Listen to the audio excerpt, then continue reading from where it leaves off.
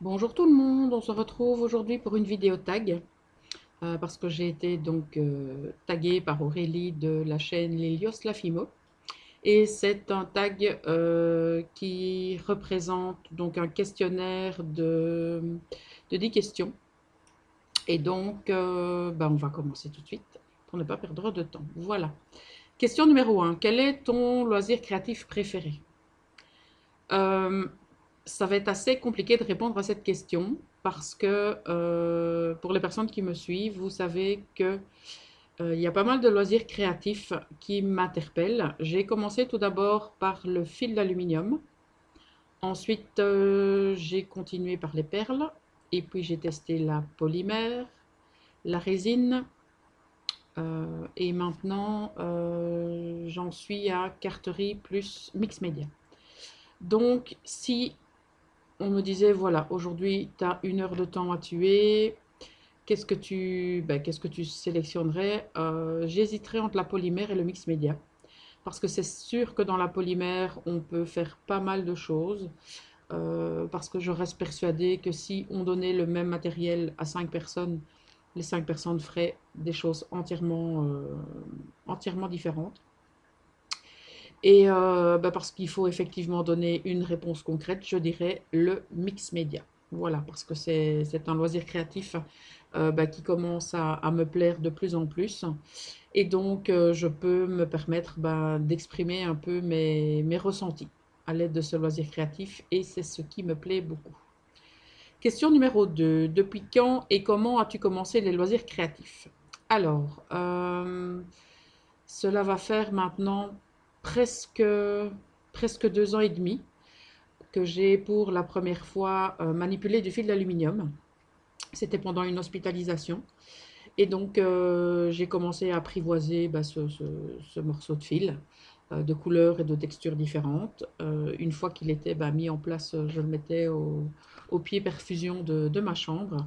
Et au fur et à mesure que je recevais des visites ou que les infirmiers rentraient dans la chambre, le pied à perfusion se vidait à vue d'œil. Et donc, voilà. Donc, c'est comme ça que tout a commencé. Et le pain de pâte polymère, c'est vraiment par hasard. Je suis rentrée dans un magasin de loisirs créatifs. Je pense que c'était Crea Corner à Namur. Et j'ai vu donc toutes ces couleurs de pâte. J'ai pris un pain pour voir un peu ce que ça donnait. Je suis rentrée à la maison. Je l'ai ouvert complètement. Et cette texture, en fait, me faisait du bien. Ayant pas mal de douleurs à ce moment-là au niveau des poignets et au niveau des bras, c'est sûr que c'était pas évident à manipuler, mais la texture était super agréable et de fil en aiguille, voilà, j'ai testé différentes choses, donc la fimo, la cernite, la sculpée, et voilà où on en est à l'heure actuelle. Alors, à quel rythme fais-tu ton ou tes loisirs créatifs? Alors, en ce qui me concerne, c'est assez compliqué. Je voudrais y passer plein de temps, même si j'ai mes journées pour l'instant à la maison. C'est relativement compliqué dans le sens où je crée lorsque mes douleurs me le permettent, pardon, tout simplement. Donc sans rentrer dans les détails, voilà, on va dire c'est selon l'humeur du jour, mais ce n'est pas assez à mon goût, ça c'est certain. Quatrième question, crois-tu que tu pourrais vivre sans ces loisirs? Clairement non, parce qu'en ce qui me concerne, c'est une thérapie en tant que telle. Et donc, je participe également à un atelier qui s'appelle Créalgo, dans le cadre du Centre des douleurs chroniques à Montgaudine. Et donc, c'est certain que je ne pourrais pas vivre sans ce loisir créatif parce que ça me permet de tenir le coup, ça me permet de penser à autre chose, ça me permet de m'enfermer dans une petite bulle qui est super agréable quand on n'est pas bien. Donc, je pourrais clairement pas. Voilà. Cinquième question. Quel serait ton plus grand rêve en rapport avec tes loisirs créatifs? C'est simple, ce serait tout simplement de pouvoir animer des ateliers, que ce soit pour adultes ou pour personnes plus âgées. C'est un projet qui pourrait éventuellement se concrétiser. Donc on y travaille doucement mais sûrement. C'est quelque chose qui me tient vraiment à cœur, l'aspect pédagogique, donc de pouvoir transmettre les choses que j'ai appris grâce à vous, grâce à YouTube, aux copines, grâce à toutes les créatrices euh, que, que j'ai découvert sur YouTube. Voilà. Et donc, c'est sûr que c'est vraiment ça qui me motive en fait, parce que c'est sûr que créer, c'est déjà très bien, mais pouvoir transmettre, pour moi, c'est encore mieux. Voilà.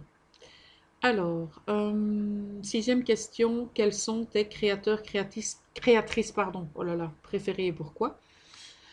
Alors, il y en a pas mal, mais je ne pourrais pas dire que j'ai un ou une créateur ou créatrice préférée, dans le sens où chaque personne que je suis m'apporte quelque chose de bien différent.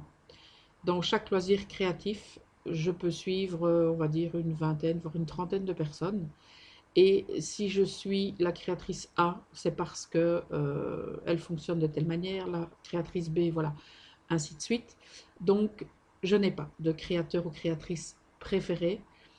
Maintenant, c'est sûr qu'il y a des personnes que je suis plus que d'autres, dans le sens où, lorsque je reçois mes notifications de YouTube me disant que telle ou telle personne a mis donc une nouvelle vidéo en ligne, si j'ai le choix de regarder telle ou telle personne, ben, je pourrais éventuellement sélectionner une plutôt que l'autre. Si par exemple j'ai un projet en tête, peu importe le loisir sélectionné, mais voilà, pour répondre à la question, je n'ai pas de créateur ou créatrice préférée. Toutes les personnes que je suis font des choses à leur échelle superbes. On est de toute façon tous, j'ai envie de dire, et toutes des créateurs et des créatrices euh, dans le sens du terme, à partir du moment où on prend des matières premières, qu'on les met en forme. Donc pour moi, à partir de ce moment-là, on est déjà créateur. Donc vous êtes des tonnes et des tonnes, pardon, de créateurs et créatrices que j'apprécie énormément, et vous m'apportez beaucoup de choses, et j'espère qu'on continuera ensemble encore très très longtemps. Voilà.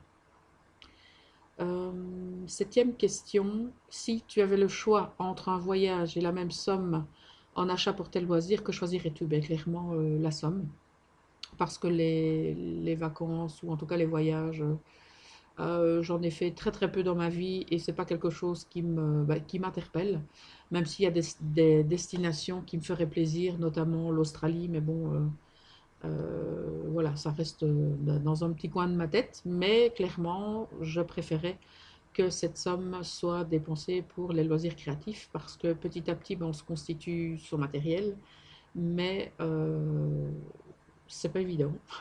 On a besoin de plein de choses. Les techniques qu'on acquiert au fur et à mesure de la pratique nécessitent du matériel qui est de temps en temps onéreux. Et donc voilà, à partir du moment où on pourrait grappiller sur une chose pour pouvoir mettre ça dans les loisirs créatifs, moi, j'hésiterai pas une seule seconde. 8. Irais-tu jusqu'à dire que tes loisirs sont plus importants que tout? Plus importants que tout, non.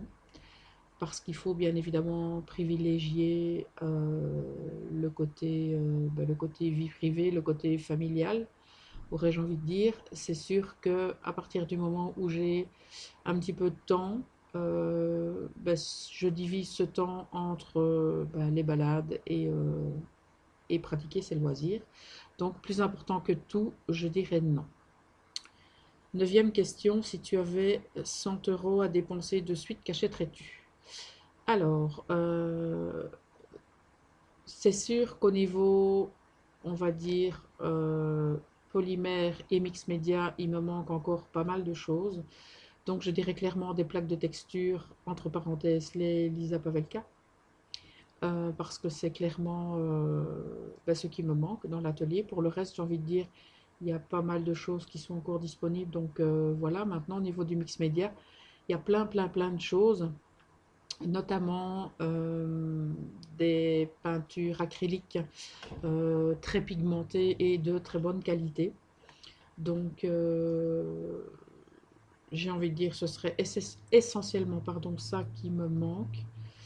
Au niveau du reste, ben, j'ai envie de dire que voilà, ça, ça pourrait aller, mais ce serait essentiellement donc des plaques de texture et des peintures acryliques. Voilà.